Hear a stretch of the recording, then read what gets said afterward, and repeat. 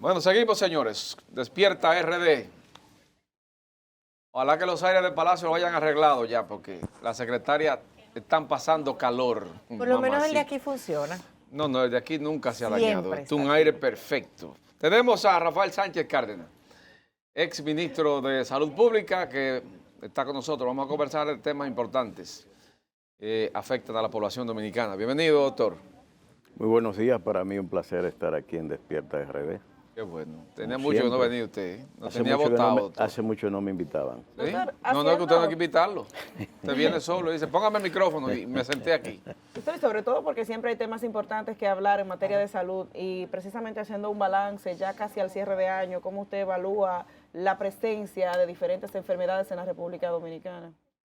Bueno, Abel Martínez hizo un recuento en su presentación la semana pasada de la situación de la salud, en la cual evidentemente, y como él decía, con los propios datos del Ministerio de Salud Pública, usted se da cuenta.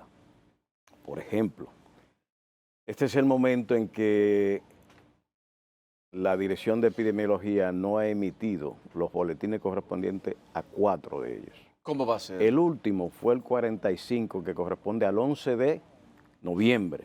¿A cómo estamos hoy? Estamos a 12. 12 de diciembre, un Entonces, mes. hay 4 boletines que no han salido. ¿Cada qué tiempo se emite un Semanal. boletín? Un boletín Son semanal. 52 semanas y cada semana debe emitirse un boletín epidemiológico. Van Esto 4 debi- que no se ¿Y emiten. esto debido a qué? Exacto. Para mantener una información estadística atrasada, que no refleje la situación que hay. No, pero ya se pregunta que por Altagracia qué que no lo Ortiz, dan a conocer, ¿verdad? Sí, sí, ¿Por sí. qué los Por 4? razones políticas, esencialmente, porque no hay otra explicación para llegar. Usted me dice que hay un boletín atrasado, está bien, Pero 4. pero 4 boletines un mes. Entonces, Para que ellos quieren 4 más. pongamos el detalle. Ese es el problema, que los boletines le dañan los 4. ¿Cuál es el tema? Sí. En ese boletín 45 del 11 de noviembre, dengue, una preocupación nacional e internacional, porque este ha sido el año epidémico más alto que se ha registrado según la OPS. 19,000 y tantos casos, y faltan 4 boletines. Recuerden ustedes que habíamos denunciado la manipulación de los datos. Y recuerden ustedes el trabajo interesantísimo de Altagracia Ortiz, que establecía, yendo a la base de los datos, que íbamos en 29,900 casos y 153 muertos. ¿Cuánto dice el boletín 19? 45, que van 19 muertos. ¿Por qué ellos están poniendo como fallecidos? No los casos probables de muerte por dengue como diagnostican los médicos, con lo cual cambian la metodología de reporte, sino aquellos que le hacen una prueba diagnóstica. El dengue se diagnostica por clínica. Pero entonces cuando esta... Entonces a eso le agregamos, ustedes ven el caso de Barahona, que siguen todavía los casos, hay Sí, casos sí, aquí tema en la de cólera capital, y hay dengue. casos en Santiago de cólera, y sin embargo las notificaciones siguen con una frialdad en suministrar la información a la población y a los técnicos que trabajamos con esto, Durante el año... retrasando y creando una situación de desinformación, buscando tener datos menores a lo que en realidad está pasando. ¿Cómo afecta eso a nivel internacional? El no ser honestos con los datos. Afecta principalmente a nivel nacional, porque las políticas se hacen Sí, a sí, nivel pero nacional. hablo de nivel Pero a internacional nivel porque de alguna nacional lo forma que va a hacer es llevar a los organismos no nos internacionales. darían las ayudas, quizás las restricciones de Eso vacunas. pudiera, eso. cuando se convierte en una actitud grave, pero, a ver, el tema es que los organismos internacionales es lo que los estados le suministran. Claro. Eso es lo que dan. Las cifras oficiales. Y si las cifras oficiales en un país no son las correctas, entonces el organismo internacional va a emitir informaciones también erradas. Ejemplo, la deficiencia estructural que tiene el gobierno haitiano implica deficiencias en sus estadísticas de todo tipo. Por tanto, no hay una confiabilidad en esas estadísticas. Doctor, ¿qué hacemos entonces? Porque ya vemos que con el tema, el manejo del dengue no es el más apropiado. Entonces, ¿qué hacemos con el tema del cólera? Que hay varios muertos en Barahona. hubo un río que se tomaron algunas muestras, el río Ciénaga del municipio de Bauruco, en Barahona, y ahí esas aguas salieron contaminadas, que evidenció la presencia de cólera y gente que se tomó esa agua y murieron. Bueno, es lo mismo que pasó aquí en la... ¿Ustedes nos recuerdan cuando aquí en la Santo Domingo Norte, perdón, en la ribera El río Osama. sur de Osama, en la Sursa, Sí. iniciaron los casos de dengue, de cólera, De cólera. y que posteriormente se fue extendiendo por Villa Liberación, Villa Juana, etcétera. Por el correr de las aguas. El uso de aguas contaminadas. Sí.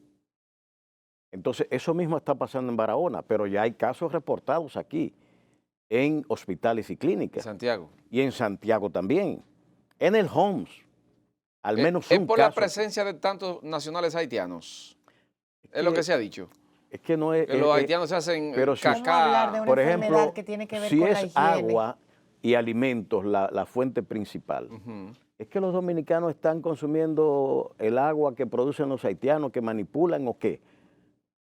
No, se trata de una expansión, no importa, el cólera no está averiguando la nacionalidad de nadie. Ah, bueno, que haya una incidencia más alta en Haití, sí es verdad, y eso puede incidir en contaminar aguas. Doctor, pero en si el Barahona- agua está procesada, si el agua no está contaminada, no hay por Doctor, qué. pero en Barahona, de acuerdo a esa muestra, el propio Ministerio de Salud Pública dio 33 casos, 29 haitianos y 4 dominicanos.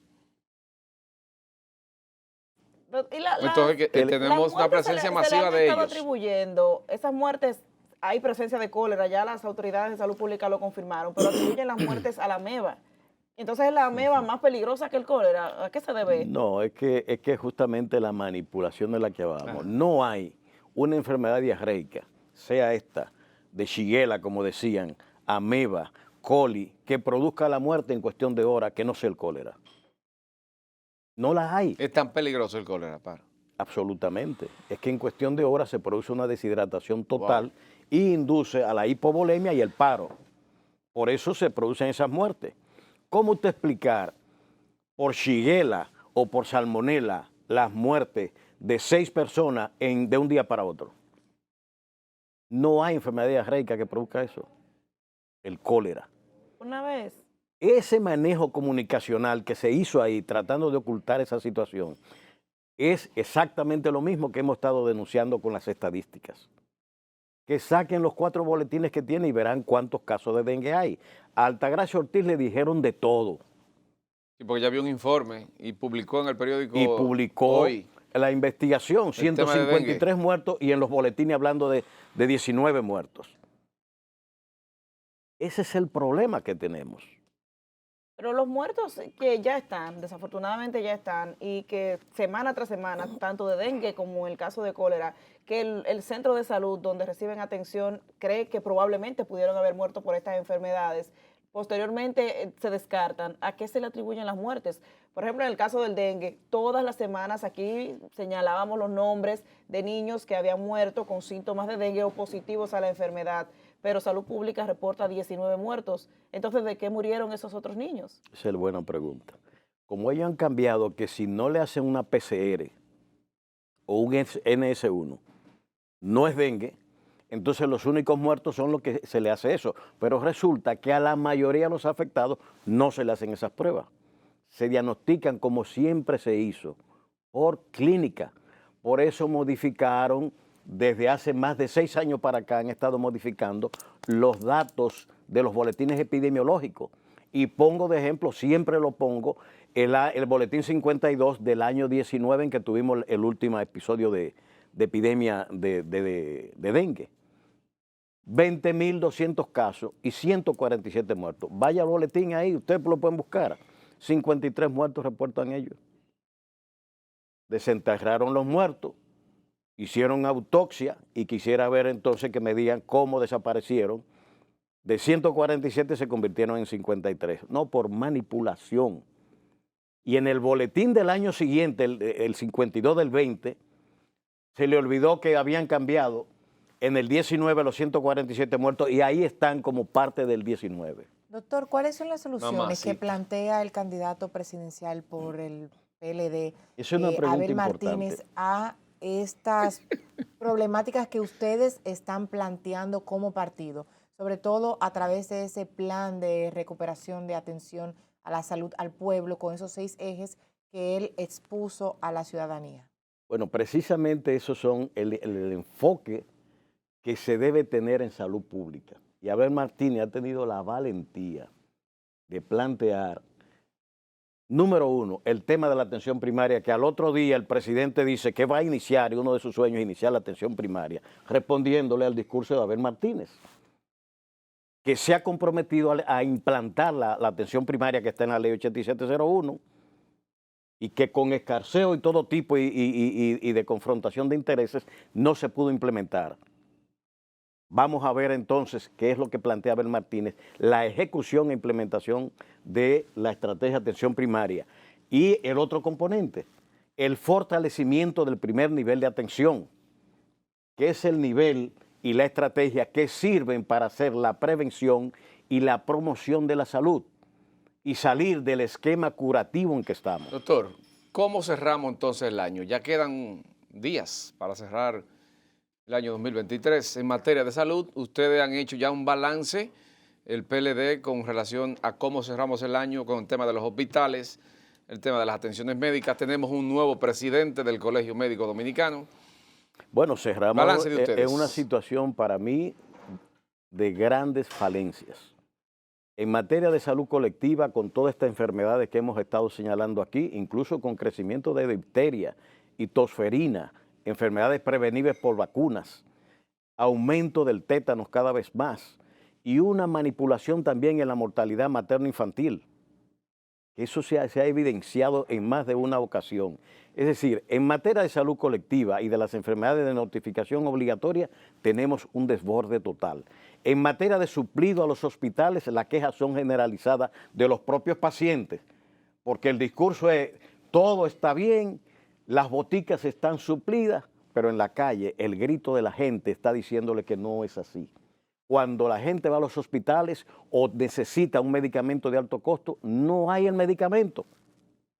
Tiene que hacer cola. A ver cuántos meses me toma la recepción de un medicamento que es importante para mi vida. Esa es la realidad que se está La viviendo. botica. En la botica por igual. Pero yo decía que eso está lleno de medicamentos. Bueno, y que han multiplicado usted recuerda eso. cuando nosotros hicimos Ustedes dejaron muy pocas boticas populares. la mayoría de las boticas que existen en este país la hizo el PLD.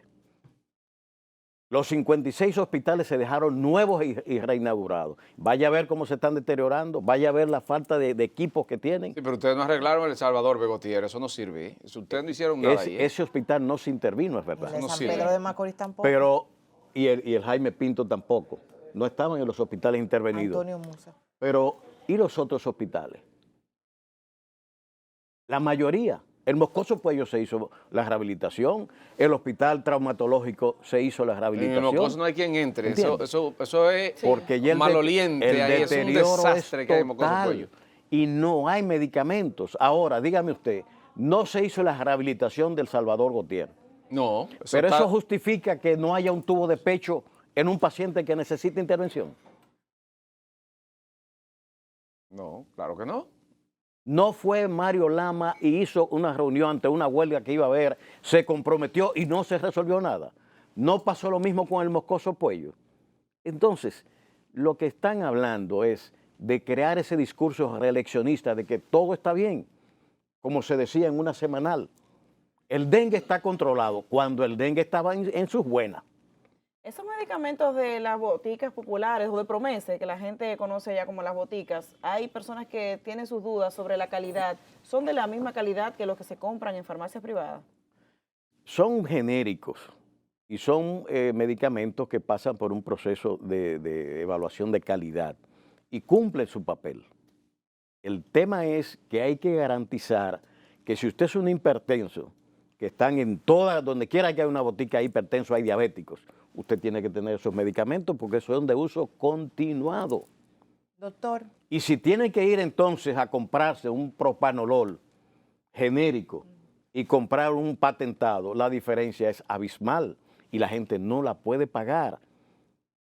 Porque la mayoría de la gente, ¿cuánto gana en este país? El salario mínimo es menos de 20 más o menos. ¿Entiendes? 21. de Pero grandes la empresas. mayoría de la gente gana menos de 30,000 pesos. Menos. Eso sí Más es del verdad. 70% de Sí, la así es. población. Doctor, según su experiencia y lo que ha vivido usted con la pasada pandemia del COVID-19, ¿usted cree que hay probabilidad de una reciente o una futura pandemia? Porque en la comunidad internacional se habla de varias situaciones respecto a enfermedades respiratorias en China, que es donde surgió. Entonces todo el mundo empieza en pánico, empiezan los rumores. ¿Qué opina usted?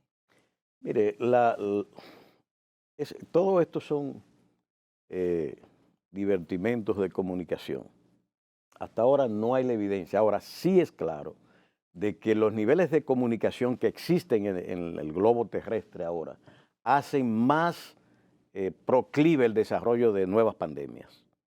Porque la comunicación de Asia hacia América es cuestión de horas. Por tanto, un paciente enfermo, con el flujo de tráfico de pasajeros que hay, puede traer una enfermedad o a través de animales o a través de productos que se pueda mover de un lugar a otro.